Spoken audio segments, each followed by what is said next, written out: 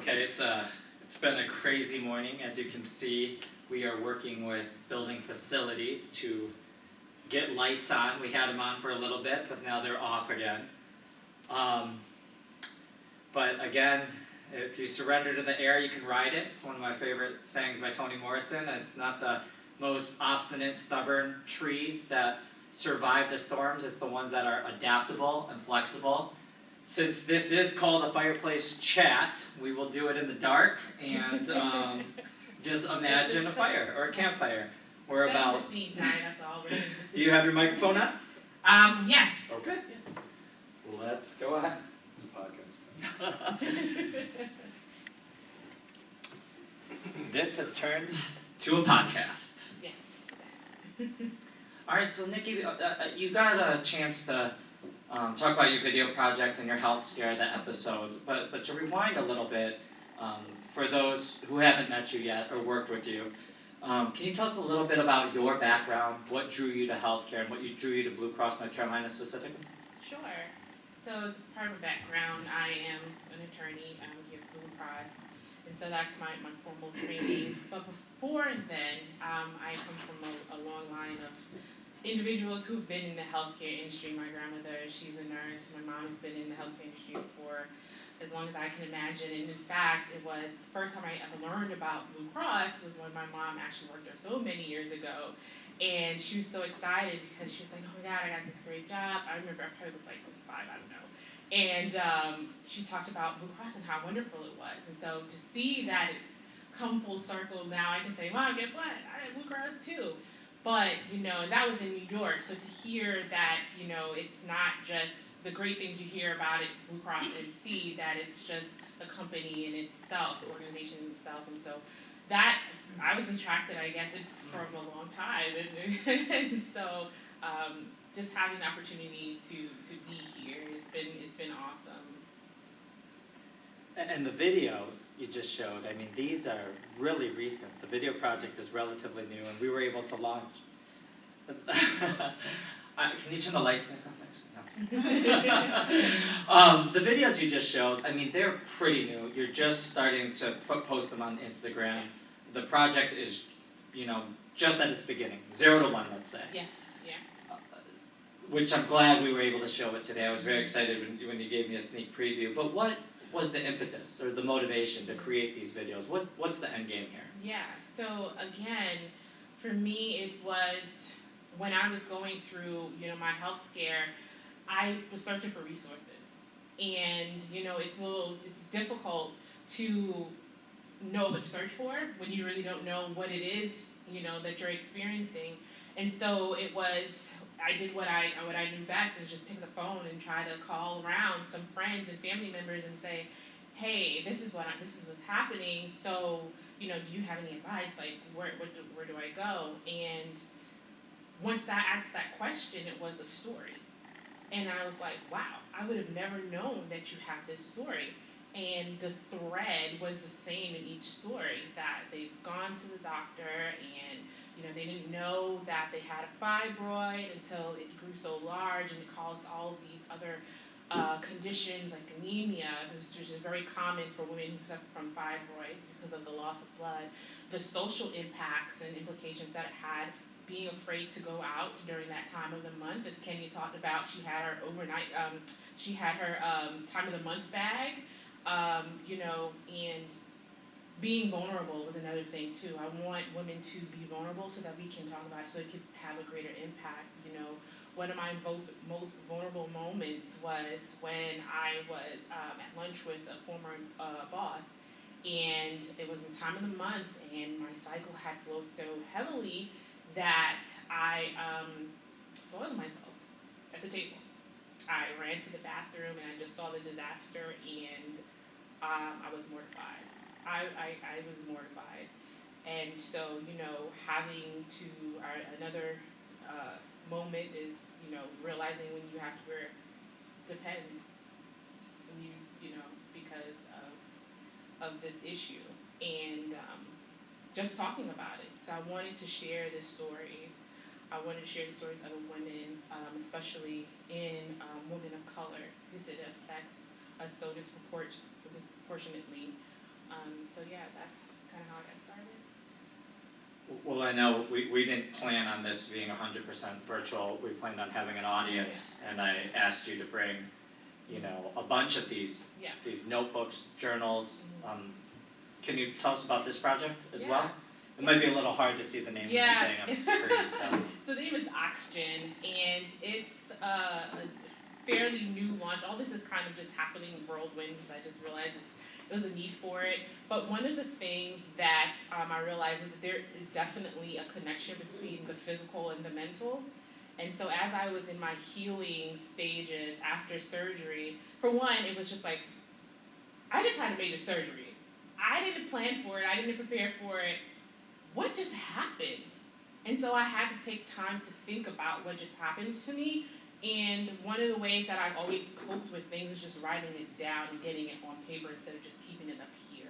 We know our thoughts can trigger other things. And so because of the realization that there is a correlation between the physical and the mental, so while I'm healing physically, I have to heal mentally. And so I started writing down things. And then also as I'm healing, like, am I supposed to feel this?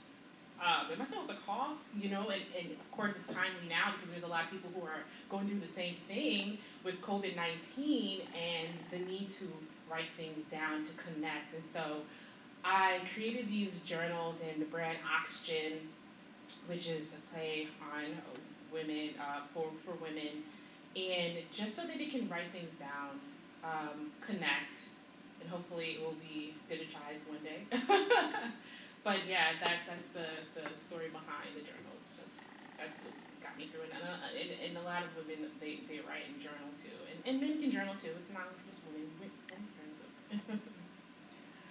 So how has the last couple quarters, this recent healthcare episode, how has it changed your perspective on healthcare in our country?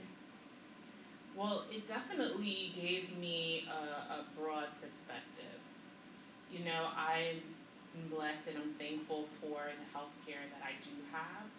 But what I realized, it made me take a step back and think about it or reflect on other people, especially minorities who've been historically underserved. What does healthcare look like for them? What does it look like for other women? It took me to have to advocate for myself and encourage other women to advocate for themselves when they go to their primary care doctors, when they go to their OBGYNs and say, hey, I'm not just a heavy bleeder. Something is wrong, and check. And, I have family members who have to do the same thing because of my story. They actually have been advocating themselves. So I realize that there is a gap. There's a knowledge gap. Of course, there's a wealth gap. So, there's concerns with the access and the quality of care and the social determinants. So it just made me realize that there's so much more that we need to be done. We've come a long way, but we still have so much more to be done. You mentioned in the column I covered on you that you believe things happen for a reason. Mm-hmm. Can you expound on that a little bit? Yeah. So, again, as I process things, I think it's probably legal mind, I'm always processing things. I said, well, why would this, you go through the things of, is it a stage of grief with denial, and then you get to, like, why me, or something like that. And so I'm like, well, why me? Like, why did I have to experience this, Part of my desire, one of my desires to be a wife and a mom, and now here's something that can essentially attack and change that. Why me? And I just, in going through that process, I just felt like I needed to take a step back, and I lost the question. But I had to take a step back, and I had to figure out what the purpose was behind it. And so in feeling like everything does happen for a reason, that there was a purpose for me to go through this, and I think that it is to help women, at least encourage them to change the narrative. Don't let the narrative of I didn't know that, I had this condition, and then I find out when I have a hysterectomy, or I find out when there's something that a procedure that again shapes the total landscape of my life. And so I wouldn't be here if it didn't. I probably wouldn't. It wouldn't have been top of mind, should I say, as it is now. Yeah, and you hit on it a little bit, the overlap between the physical and the mental health. Can you tell us a little bit through the episode, even maybe now, how you were able to cope and what mental health resources you used and leveraged to get us into this conversation today? And I'll change the slide to our EAP real quick. Sure. I would say some of the things I did. I am a woman of faith, so I leaned heavily on that. I leaned on my family. I journaled. I called friends again to just get it out, to talk to them. I painted. I do a lot of abstract painting. So when we were all on site, you know, we stopped by 800 and see some of my paintings there in the office. And I just did those things, and you know, I'm fortunate to have a sister and boyfriend who are both in that space, and so I can ask them, so what are some of those things that you do? What are some of the tips and tricks that you know you would tell your clients to do when they're going through this? And research, I always research something, and so I looked online to see what I can do, what I can implement to navigate this. I've attended events here about mental health. It was Behind the Mask, was an event that I attended, and was able to connect with some really great people there as well, and telling their stories. And so I've just been looking for ways to navigate this new place that I'm in, and like get from behind my mask and saying, yeah, that I wasn't okay. I didn't feel okay. That, you know. I felt like I had to be perfect and everything needed to go right, and so, you know, this kind of threw a wrench in all of that, and so, yeah. So just to end it on, you know, we talked about this programming being for self-care and career. Do you have any advice in either of those realms for anybody watching, any of the Blue Cross North Carolina employees tuning in right now on the live stream? Yeah, sure. I would definitely say now more than ever, to make sure you do take care of yourself. Especially as a woman, we try to take on the world, and you know that's just not realistic. You have to take time for yourself. You have to take time to make those doctor appointments. I think I was either reading it somewhere, I heard it somewhere, where women will make sure that everyone in the household has their doctor appointment and makes their doctor appointment, but when it comes to them, they don't. So that's another narrative that I do believe needs to change. Self-care, I'm speaking to myself as well, to say preaching to the choir. I'm actually preaching to myself, because I would, you know, just sit in pain some days and try to power through my work. And, you know, at that particular moment, I didn't even know that, you know, internally, I could have caused something essential to actually die, like my ovary could have died. And so definitely take the time for self-care. We have great resources here, and I know you're going to talk about them. You know, just make sure that you just find these resources and take care of yourself. Thank you. So we will take about a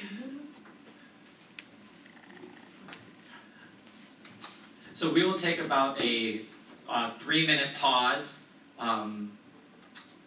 maybe 3-minute 30-second, because there's a 30-second delay.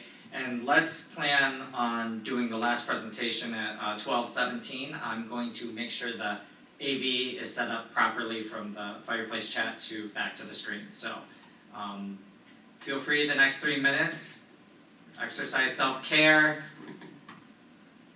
Use the restroom. Brittany says eat. Eating is important.